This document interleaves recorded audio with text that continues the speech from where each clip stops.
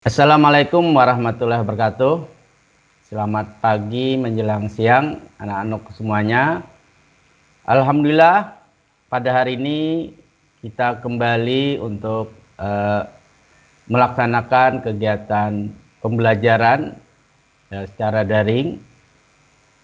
Semoga apa nantinya yang kita bahas dan disampaikan bisa dipahami dan kita terapkan dalam kehidupan sehari-hari. Sebelum pelajaran dimulai, marilah kita sama-sama berdoa terlebih dahulu. Berdoa dimulai.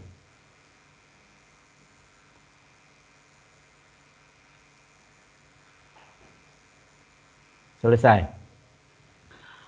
Pada minggu yang lalu, kita sudah membahas tentang masalah ibadah, yaitu tentang penyembelihan hewan kurban dan akikah. Sekedar mengingat kembali agar materi yang sudah kita bahas tidak dilupakan, perlu Bapak ingatkan kembali bahwa antara kurban dan akikah itu memiliki perbedaan, baik dari segi tujuannya, waktu pelaksanaannya, maupun cara pembagian dagingnya. Dari segi tujuan, kemarin sudah Bapak jelaskan bahwa kalau kurban itu tujuannya adalah semata-mata untuk mendekatkan diri kepada Allah, yaitu bentuk ketakwaan kita kepada Allah. Sedangkan akikah ini adalah penyembelihan hewan sebagai ungkapan rasa syukur atas lahirnya seorang anak. Kemudian dari segi waktunya, kalau kurban itu dilaksanakan setiap bulan Zulhijjah, yaitu pada tanggal 10 Zulhijjah setelah sholat Idul Adha, dan 3 hari tasyrik, yaitu tanggal 11, 12, dan 13 Zulhijjah.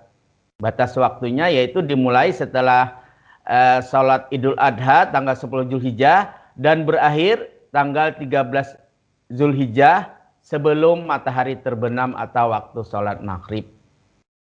Sedangkan akikah waktunya yaitu setelah bayi lahir. Dalam Islam diutamakan akikah ini dilaksanakan pada hari ke-7. Artinya pada saat itu usia bayi berumur 7 hari. Kalau hari ke-7 masih belum siap, belum mampu, bisa hari ke-14.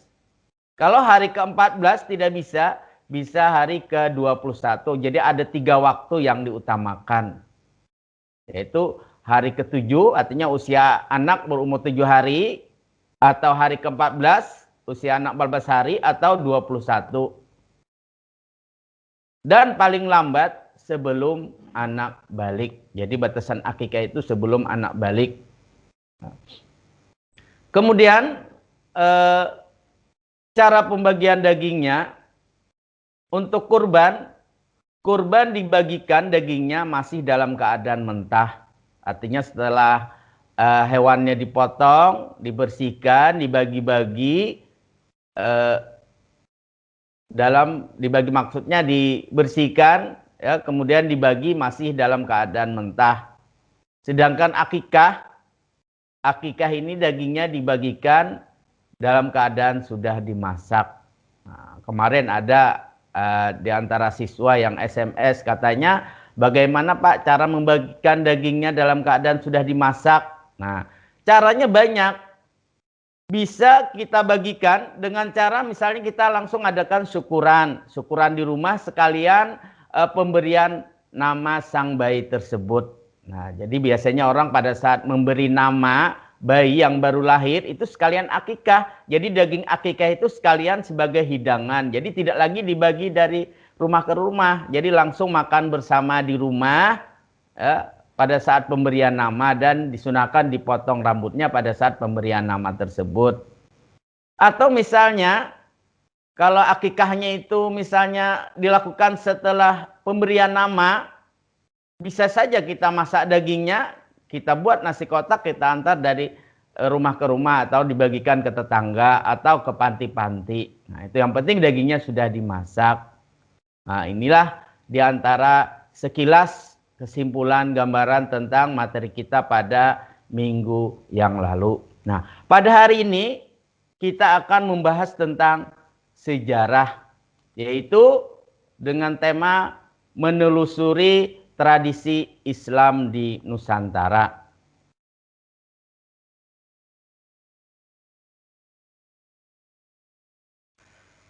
Tradisi Islam di Nusantara itu berasal dari adat atau kebiasaan yang berlaku dalam suatu daerah tertentu, di mana awalnya tradisi ini berasal dari tradisi lokal, kemudian dipengaruhi oleh kebudayaan Hindu, Buddha, dan sejak berkembangnya Islam di abad ke-13, ini menyebabkan adanya akulturasi budaya.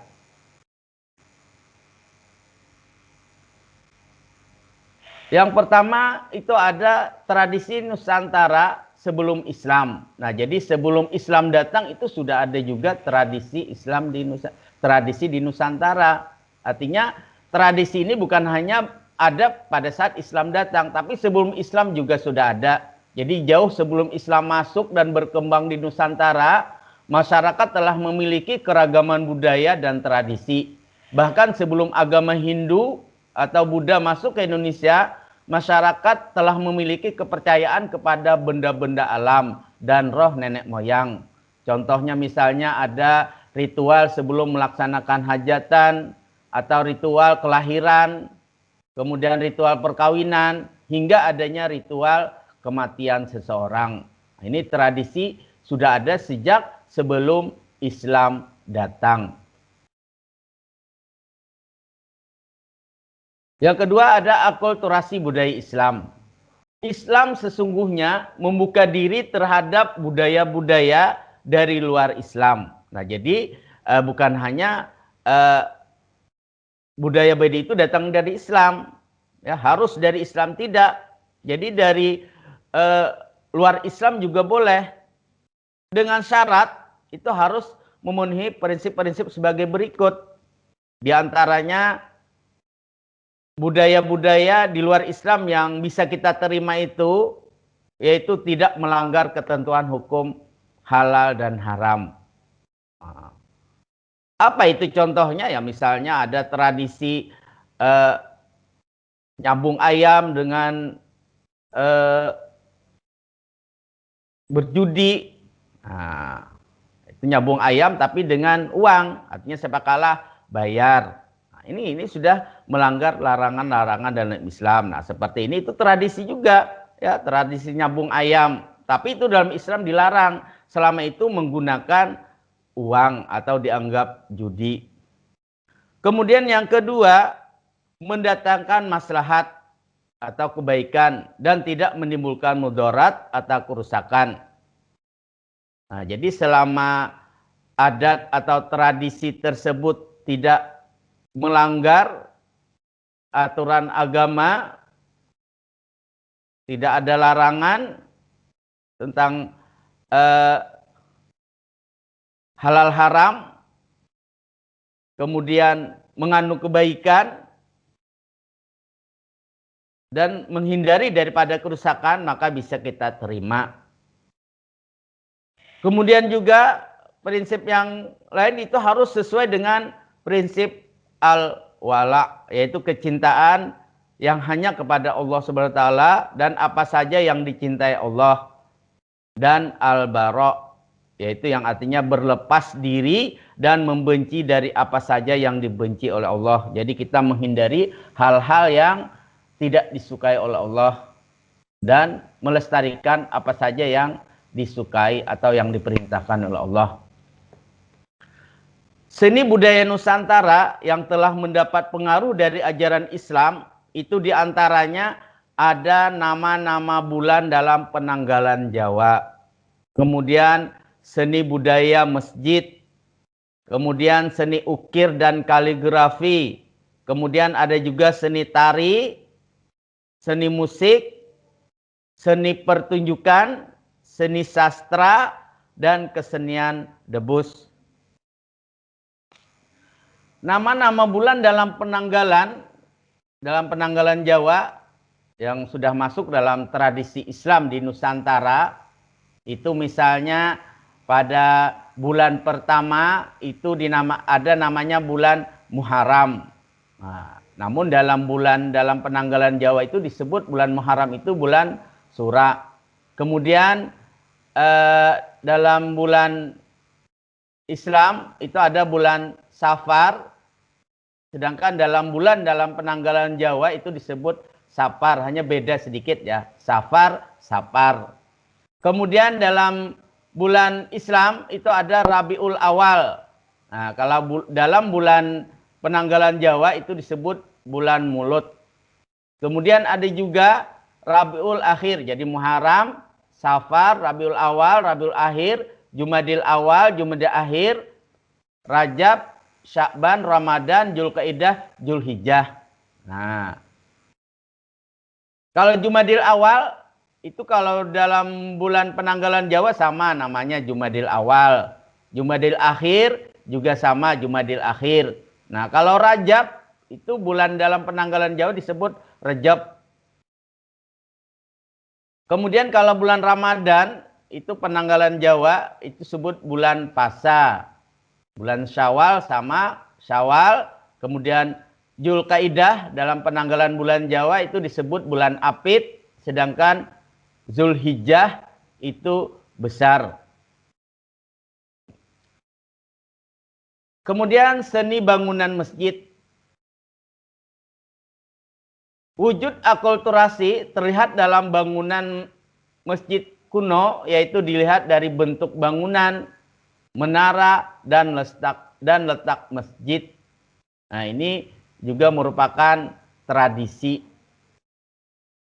Kemudian dari tradisi seni ukir dan kaligrafi, itu ada seni ukir yang dimaksud adalah seni ukir hias untuk hiasan masjid. Jadi kita lihat dari masjid-masjid yang ada di negara kita, itu berbagai macam bentuk, itu menunjukkan tradisi daripada masing-masing daerah tertentu.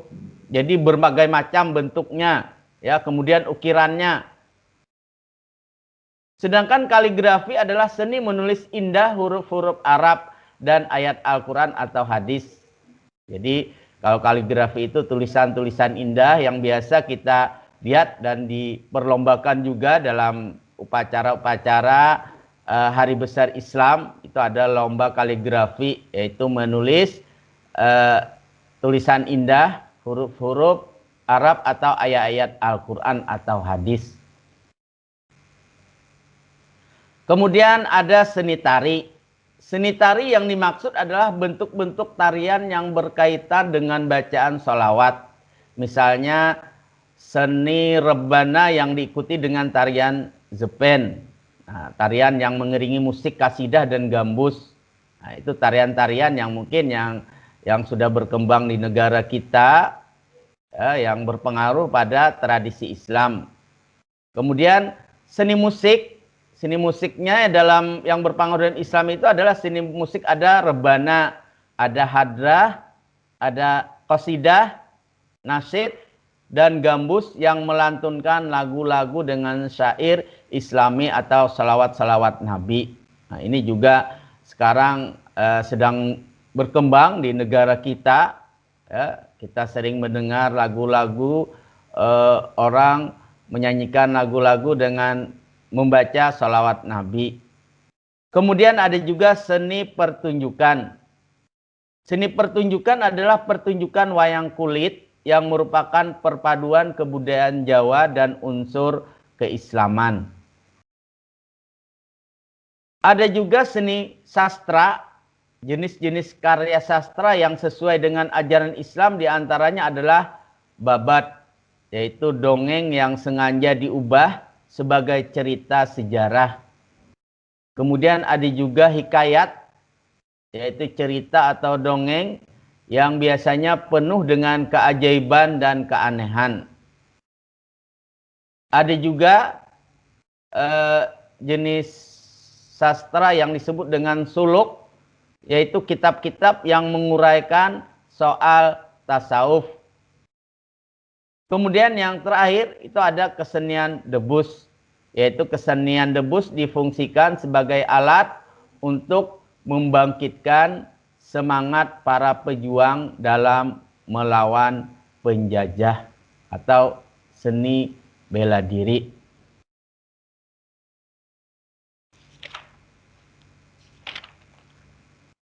Nah, jadi kita sebagai warga negara yang baik, warga negara yang agamais, khususnya agama Islam, kita juga bisa melestarikan tradisi Islam agar tradisi-tradisi tersebut tidak punah atau tidak hilang. Di antara contoh tradisi Islam yang sedang dikembangkan atau yang berkembang pada saat ini, itu ada halal bil halal. Tadi sudah kita singgung bahwa yang namanya tradisi itu adalah kebiasaan atau adat istiadat yang dilakukan secara turun-temurun oleh masyarakat. Sebagaimana diketahui bahwa sebelum Islam datang, masyarakat Nusantara sudah mengenal berbagai kepercayaan dan memiliki beragam tradisi lokal. Melalui kehadiran Islam, kepercayaan dan tradisi di Nusantara tersebut membaur dan mempengaruhi nilai-nilai Islam. Banyak sekali tradisi atau budaya Islam yang berkembang hingga saat ini. Di antaranya tadi ada yang disebut dengan halal bihalal. Halal bihalal itu dilakukan pada bulan Syawal, yaitu berupa acara saling bermaaf-maafan. Yaitu setelah Islam selesai puasa Ramadan selama 1 bulan penuh, ya, dosa-dosanya telah diampuni oleh Allah Subhanahu wa taala kalau puasanya dengan ikhlas dan semata-mata karena Allah. Namun dosa kepada sesama manusia belum akan diampuni oleh Allah jika belum mendapat kehalalan atau dimaafkan oleh orang tersebut. Nah, oleh karena itu kita biasanya setelah merayakan Lebaran, ya, setelah kita menyelesaikan puasa, kita bersalam-salaman, saling memaafkan antara satu dengan yang lainnya, dengan tujuan, dengan harapan kita menjadi suci kembali. Dosa-dosa kita kepada Allah diampuni oleh Allah, dan dosa kepada sesama manusia juga kita diampuni oleh orang-orang yang telah kita sakiti, orang-orang yang pernah kita membuat mereka marah, mereka benci, yang menyebabkan kita berdosa kepada mereka. Maka pada hari raya Lebaran Idul Fitri itu hendaklah kita sucikan kembali, kita meminta maaf kepada orang-orang yang pernah kita sakiti. Kemudian ada juga, ya, tradisi yang disebut dengan tabot atau tabwik. Nah, tabot atau tabwik itu adalah upacara tradisional masyarakat Bengkulu dan Padang untuk mengenang kisah kepahlawanan dan kematian Hasan dan Husain bin Ali bin Abi Thalib, yaitu cucu Nabi Muhammad SAW. Kedua cucu Rasulullah SAW ini gugur dalam peperangan di Karbala, nah, yaitu di Irak pada tanggal 10 Muharram, tepatnya pada 61 Hijriah atau 681 Masehi. Nah, inilah yang disebut dengan tradisi tabot atau tabwik. Kemudian ada juga tradisi sekarang yang kita kembangkan di Nusantara, itu ada kupatan atau bakdo kupat. Di Pulau Jawa bahkan sudah berkembang ke daerah-daerah lain. Terdapat tradisi kupatan di mana tradisi ini membuat kupat biasanya dilakukan seminggu setelah hari raya Idul Fitri. Nah, itu makanya orang kalau kita di sini kita kenal dengan hari raya ketupat. Nah, jadi seminggu setelah hari raya Idul Fitri biasanya masyarakat berkumpul di suatu tempat seperti musola dan masjid untuk mengadakan selamatan dengan hidangan yang didominasi kupat atau ketupat. Kemudian ada juga sering kita mendengar yang namanya sekaten di Surakarta dan Yogyakarta. Tradisi sekaten ini biasanya dilaksanakan setiap tahun di Keraton Surakarta, Jawa Tengah, dan Keraton Yogyakarta. Tradisi ini dilaksanakan dan dilestarikan sebagai wujud mengenang jasa-jasa para wali songo yang telah berhasil menyebarkan Islam di tanah Jawa. Yaitu yang peringatan ini dikenal dengan Maulid Nabi, di mana para wali menyebut itu dengan sekaten dan berasal dari kata syahadatain. Syahadatain itu artinya dua kalimat syahadat, yaitu syahadat tauhid dan syahadat rasul. Syahadat tauhidnya asyhadu alla ilaha illallah dan syahadat rasulnya wa asyhadu anna muhammadar rasulullah. Nah, tradisi ini sebagai sarana penyebaran agama Islam yang pada mulanya dilakukan oleh Sunan Bonang. Kemudian ada juga tradisi itu tradisi Islam yang berkembang itu ada namanya grebek. Grebek merupakan tradisi untuk mengiringi para raja atau pembesar kerajaan. Grebek pertama kali diselenggarakan oleh Sultan Hamengkubuwono ke-1 oleh Keraton Yogyakarta. Kemudian ada grebek besar di Demak. Ya, tradisi grebek besar ini merupakan upacara tradisional yang setiap tahun dilaksanakan di Kabupaten Demak, yaitu Jawa Tengah. Tradisi ini dilakukan pada tanggal 10 Zulhijjah, yaitu bertepatan dengan datangnya Hari Raya Idul Adha dan Hari Raya atau Hari Raya Kurban. Kemudian ada lagi yang disebut kerobok maulid di Kutai dan pawai obor di Manado. Nah, jadi banyak sekali tradisi-tradisi Islam yang berkembang di Nusantara. Itu selain itu ada juga tradisi Rabu Kasan di Bangka. Tradisi Rabu Kasan ini dilaksanakan di Kabupaten Bangka setiap tahun, tepatnya pada hari Rabu terakhir bulan Safar. Kemudian ada juga tradisi Islam yang berkembang sekarang ini, ada namanya Dukderan di Semarang. Tradisi Dukderan merupakan tradisi khas yang dilakukan oleh masyarakat Semarang, Jawa Tengah. Kemudian yang terakhir, di antara tradisi-tradisi Islam yang berkembang di Nusantara, itu ada budaya tumpeng. Nah, tumpeng adalah cara penyajian nasi beserta lauk pauknya dalam bentuk kerucut. Nah, ini sudah sering kita ikut merayakannya, bahkan juga membuatnya. Nah, ini diantara mungkin tradisi-tradisi Islam di Nusantara yang berkembang hingga sampai saat ini. Apresiasi budaya, di mana kekayaan nasional itu menyikapi berbagai tradisi dan budaya di Indonesia. Kita harus selektif, tidak menerima semua budaya atau menolak semua tradisi dan budaya tanpa alasan yang jelas.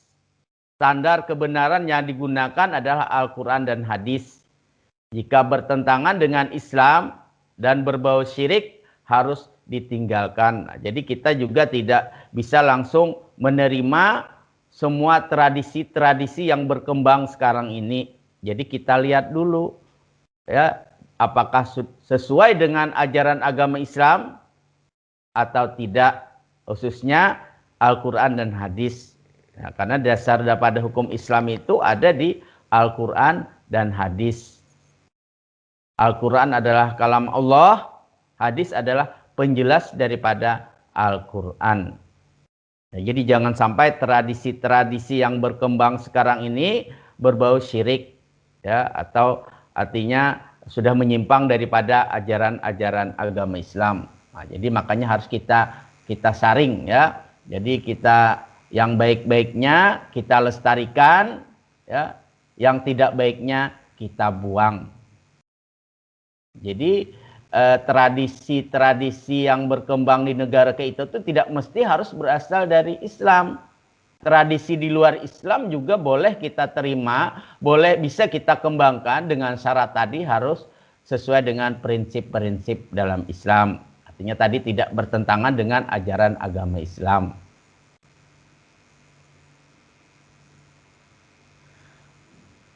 Nilai budaya bangsa, ini bisa kita dari kepedulian, ini yang bisa kita ambil dari hikmah, tradisi-tradisi yang berkembang di negara kita, ya, apresiasi prestasi, kemudian semangat kebangsaan.